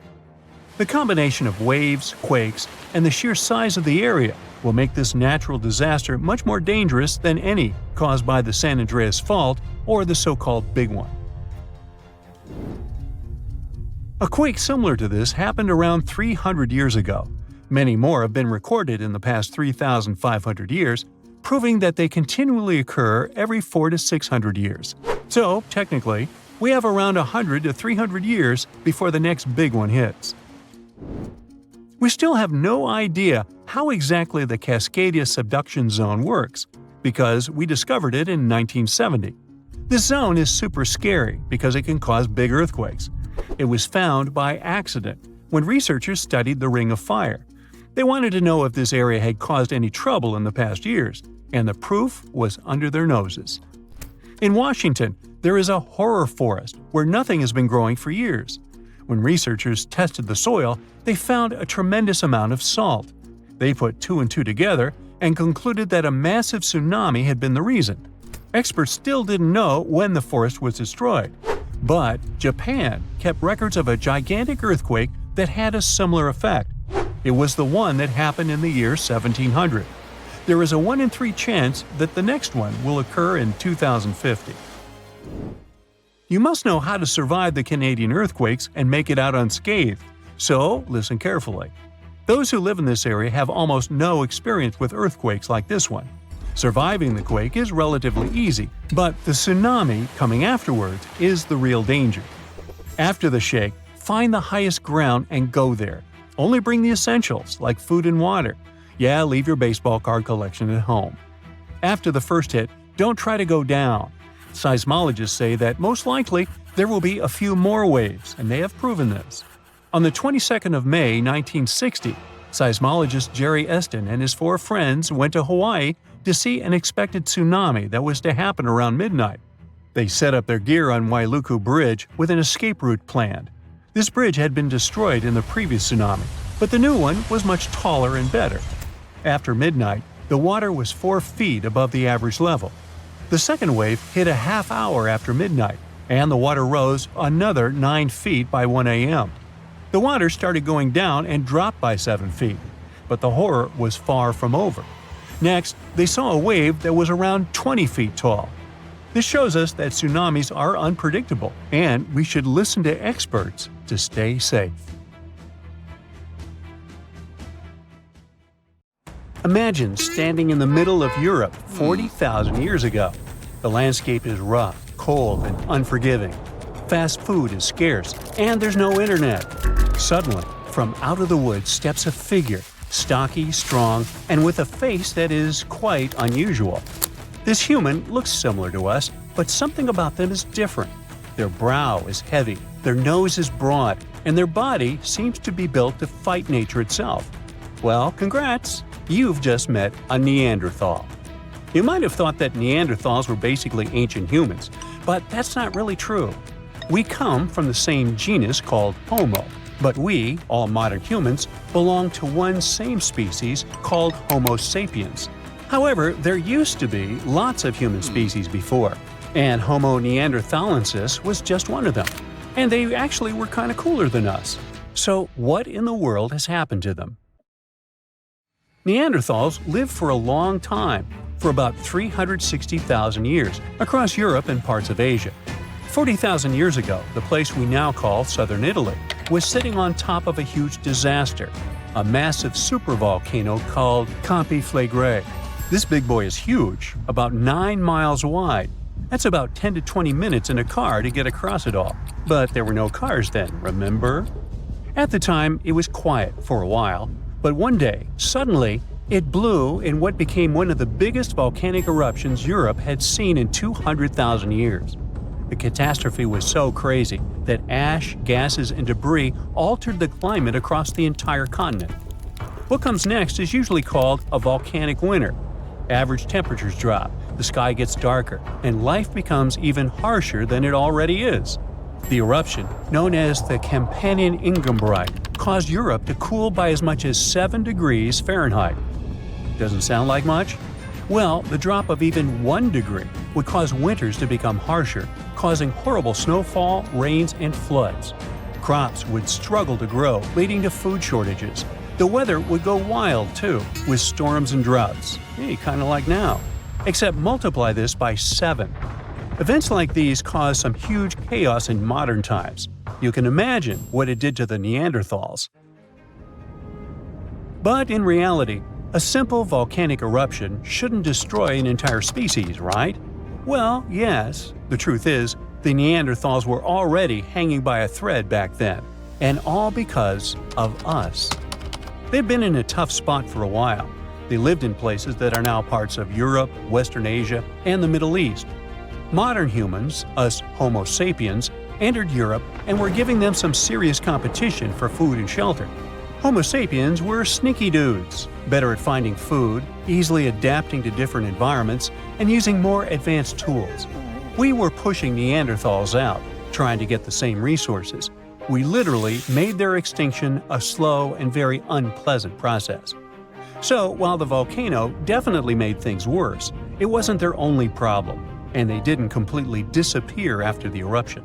Some of them hung on in isolated places, like Gibraltar, for another 12,000 years. That's because it's likely most of the severe cooling actually happened farther east, away from where the Neanderthals were trying to survive, and it didn't hit their homes as hard as we thought. In fact, the eruption may have even helped them, at least for a while. Some scientists say that the volcanic fallout might have slowed down modern humans' expansion into Neanderthal territory and gave the poor fellas a little more time to survive. So, the Conflagration eruption was a nasty event, but it only delayed the inevitable. Conflagration is a wild card. It's also known as the Fields of Fire. The air itself there is thick with legend. The Greeks and Romans believed this volcano was the gateway to the underworld. Even an ancient Roman poet, Virgil, mentioned this in his famous story, the Aeneid.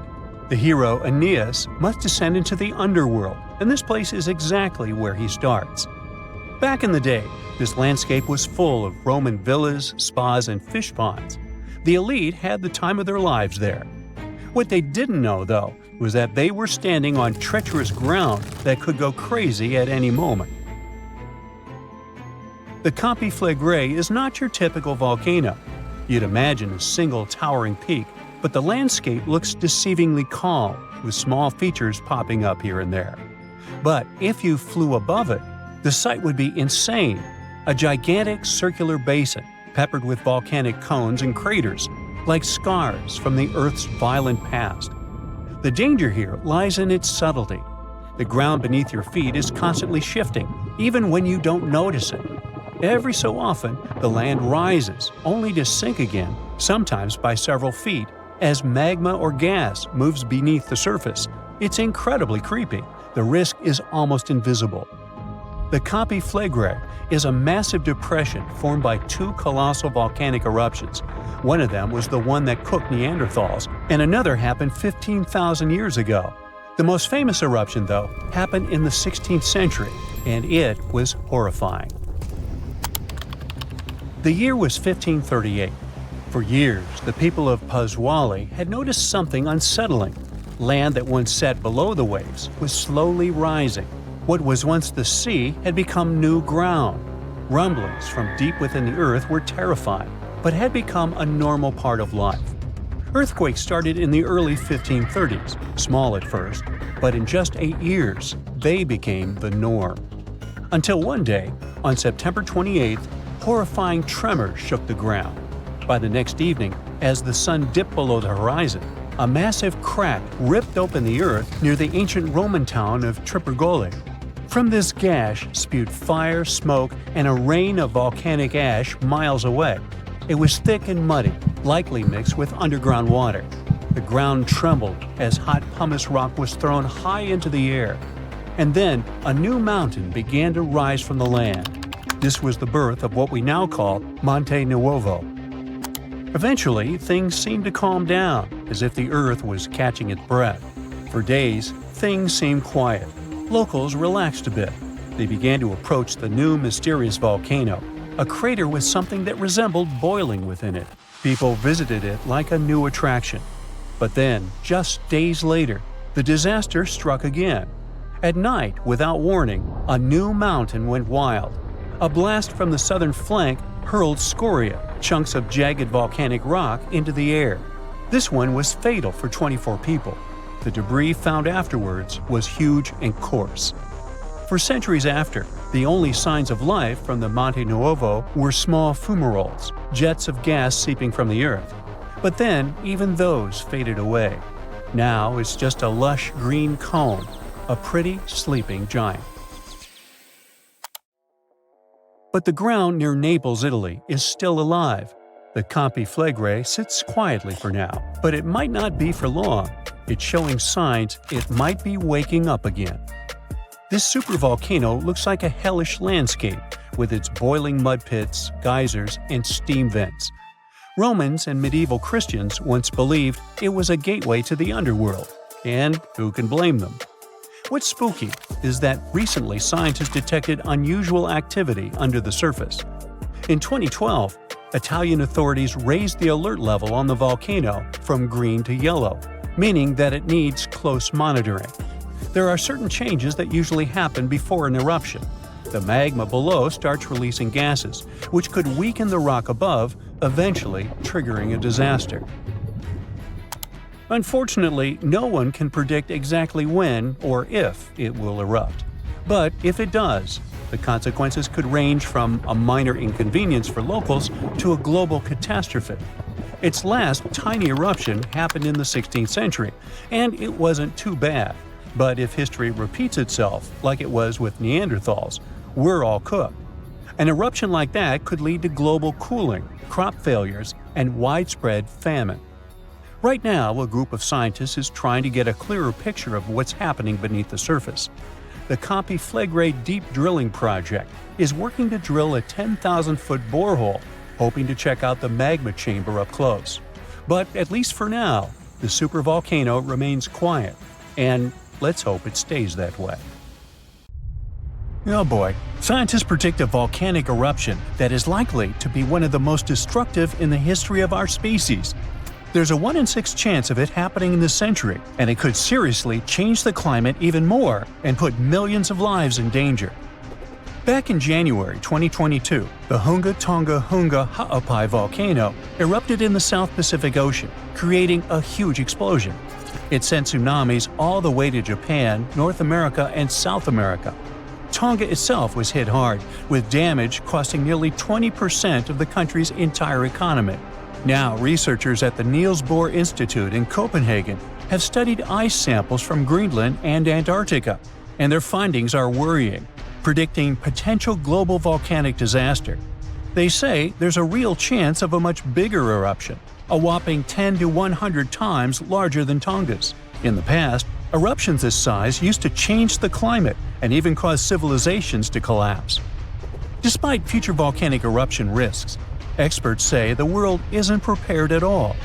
Michael Cassidy, a volcanologist from the University of Birmingham, warns that no sufficient effort is made to handle a disaster like this. He says that NASA and other space agencies spend billions on asteroid defense. At the same time, a volcanic supereruption is way more likely than an asteroid impact. And right now, there's no global plan for dealing with a massive eruption, even though it's likely to be far more destructive. The last magnitude 7 eruption happened in 1815 at Mount Tambora in Indonesia. Then, thousands of people lost their lives in just a few days. The disaster also disrupted weather and caused food shortages worldwide, affecting millions. That eruption was the biggest in recorded history. It blasted a massive cloud of particles into the sky. Those particles blocked sunlight, cooled the planet, and caused worldwide chaos. The year after the eruption became known as the Year Without a Summer. Temperatures plummeted, crops failed, famine spread, and a cholera pandemic broke out, leading to tens of thousands of lost lives. A shocking fact, the eruption may have even inspired Mary Shelley to write Frankenstein while stuck indoors during the unusually cold summer of 1816 in Switzerland. Now since then, many volcanoes have erupted, but none have matched Tambora's scale. Now, over 200 years later, scientists warn that there's a new supervolcano threat.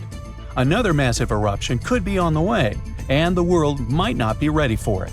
So, while scientists seriously discuss the likelihood of the next volcanic eruption, experts are calling for urgent action to prepare before it's too late. So the thing is, a massive volcanic eruption today could be even more devastating than the Year Without a Summer. Unlike back then, we're already dealing with all kinds of weather changes and a more fragile global system, which could make the effects even worse. Dr. Michael Rampino, a geological scientist, warns that the world is more unstable now, and it means that a modern-day mega-eruption could have even more severe consequences. But this time, greenhouse gases from fossil fuels may make the aftermath of such an eruption even colder instead of warmer. So we're talking about volcanic activity endangering humanity.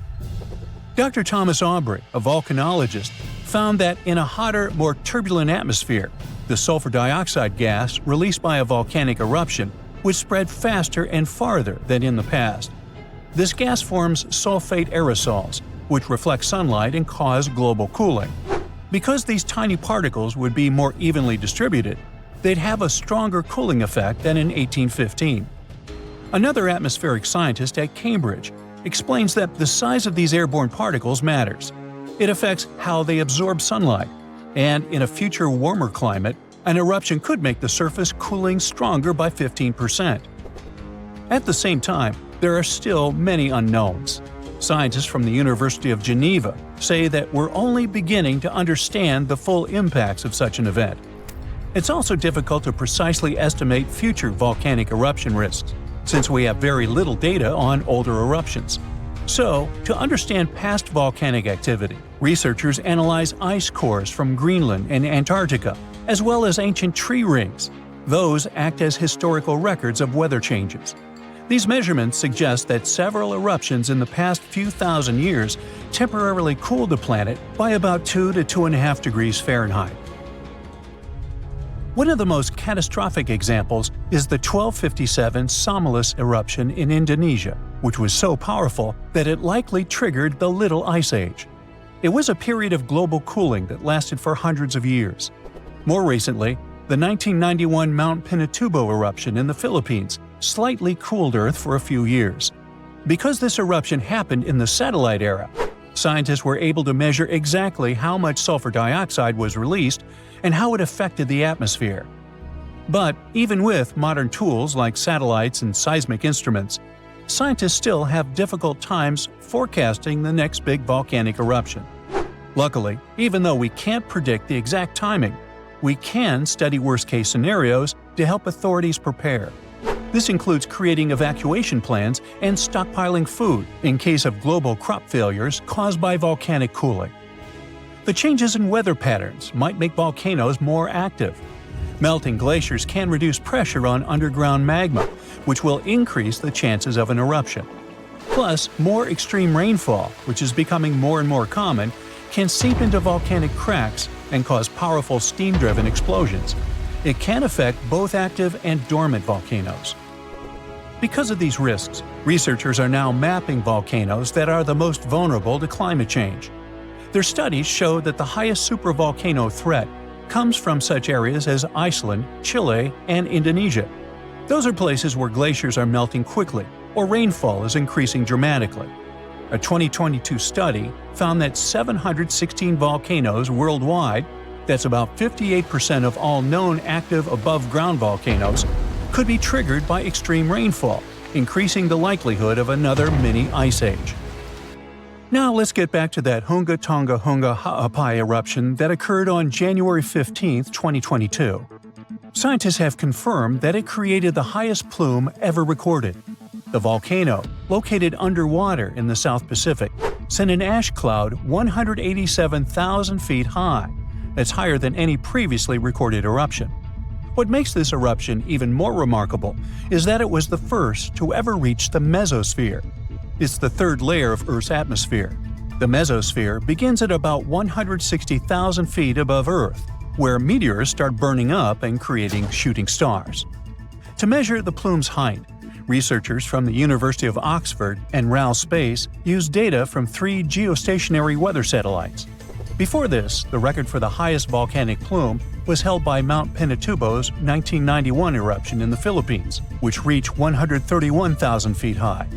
Interestingly, this kind of measurement was only possible thanks to modern satellite technology, and a decade ago, no one would have been able to do this. Another volcano we should mention in relation to a potential global volcanic disaster is located on Iceland's Reykjanes Peninsula. Its latest eruption happened in November of 2024, leading to evacuations in nearby areas. The eruption began just after 11 p.m. with little warning. The volcano released orange lava from a nearly 2-mile-long fissure. Authorities ordered evacuations for about 50 homes and guests staying at the Blue Lagoon Spa Resort, a popular tourist destination southwest of Reykjavik.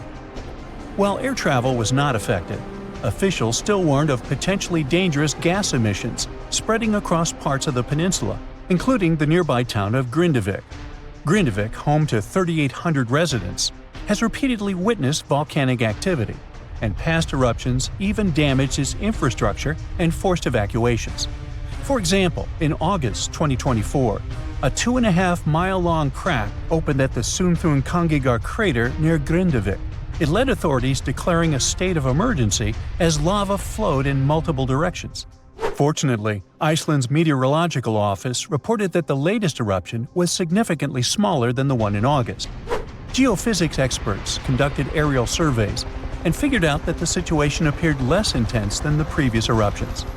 These days, Grindavik is not at risk, but the possibility of further developments cannot be ruled out. Scientists predict more volcanic eruptions. It's the 15th of January, 2022, 4:47 p.m. local time. It will start any moment. Here, do you feel these jolts? The South Pacific is about to experience one of the most powerful volcanic eruptions ever recorded by modern instruments. The eruption begins at Hunga Tonga Hunga Ha'api, an underwater volcano in the Tongan archipelago. The eruption itself is enormous. Its volcanic explosivity index is at least VEI 5, with the maximum being 8. It's as powerful as such historic catastrophes as Mount St. Helens in 1980 and Mount Vesuvius in 79 CE. The eruption releases a staggering 2.4 cubic miles of volcanic material and sends over 150 million tons of water vapor into the stratosphere. This amount of water vapor would have been enough to fill 58,000 Olympic swimming pools. Additionally, the eruption generates the fastest underwater currents ever recorded and triggers large tsunamis that struck areas as far as Peru, more than 6,200 miles away from the volcano. And it takes at least 4 lives, with even more missing. But the craziest thing is that just before the eruption, 15 minutes ahead of time, there was a kind of warning. But as it often happens, people simply missed them. 2 seismic stations, about 466 miles away from the volcano, which is pretty far for this kind of thing, picked it up. They figured out it was a Rayleigh wave, which is a type of seismic wave that moves along Earth's surface. This wave was caused by a fracture in the ocean floor, where magma and seawater started to interact under a lot of pressure. That's likely what triggered the eruption. The crazy thing is that normally, volcanic seismic signals are pretty small and can only be detected close to the volcano. But this Rayleigh wave traveled way farther than usual and was much stronger. It means there had to be a massive amount of movement going on beneath the surface before the eruption. While people on the ground didn't feel it, those distant sensors picked it up. And this discovery is great for identifying volcanic threats earlier in the future and for improving early warning systems. If scientists can detect these seismic precursors, they could give a heads up before an eruption happens. That would give people time to evacuate and reduce the chances of injuries or property damage, especially for underwater volcanoes like this one, which can also trigger fatal tsunamis. Now, the eruption was big, but its impact was mostly contained. However, this discovery underlines how important seismic data is for predicting and preparing for these disasters. Even though this precursor wasn't used to issue a warning during this eruption, the idea that we could use this kind of information in real time during future eruptions is really promising, especially for underwater eruptions, which apparently might give us more warning time than we thought.